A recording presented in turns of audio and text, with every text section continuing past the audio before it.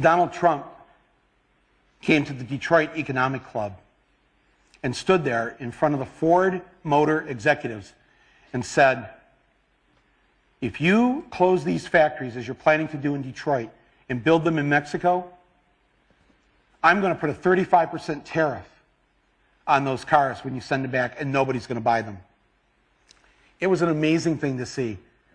No politician, Republican or Democrat, had ever said anything like that to these executives. And it was music to the ears of people in Michigan and Ohio and Pennsylvania and Wisconsin, the Brexit states. You live here in Ohio, you know what I'm talking about. Whether Trump means it or not is kind of irrelevant because he's saying the things to people who are hurting. And it's why every beaten down, nameless, forgotten working stiff who used to be part of what was called the middle class loves Trump. He is the human Molotov cocktail that they've been waiting for. The human hand grenade that they can legally throw into the system that stole their lives from them. And on November 8th, Election Day, although they've lost their jobs, although they've been foreclosed on by the bank, next came the divorce, and now the wife and kids are gone, the car's been repoed, they haven't had a real vacation in years, they're stuck with the shitty Obamacare bronze plan where you can't even get a fucking Percocet. They've essentially lost everything they had, except one thing.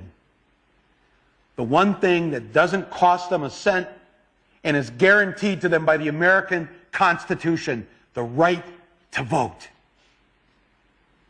They might be penniless, they might be homeless, they might be fucked over and fucked up. It doesn't matter because it's equalized on that day. A millionaire has the same number of votes as the person without a job. One. And there's more of the former middle class than there are in the millionaire class. So on November 8th, the dispossessed will walk into the voting booth, be handed a ballot, close the curtain, and take that lever, or felt pen or touchscreen, and put a big fucking X in the box by the name of the man who has threatened to upend and overturn the very system that has ruined their lives. Donald J. Trump. They see that the elites who ruined their lives hate Trump. Corporate America hates Trump. Wall Street hates Trump. The career politicians hate Trump. The media hates Trump after they loved him and created him and now hate him. Thank you, media. The enemy of my enemy is who I'm voting for on November 8th.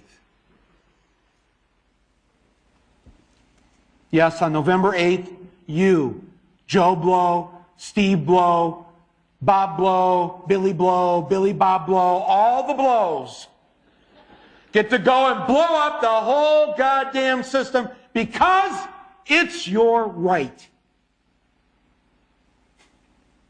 Trump's election is going to be the biggest fuck you ever recorded in human history.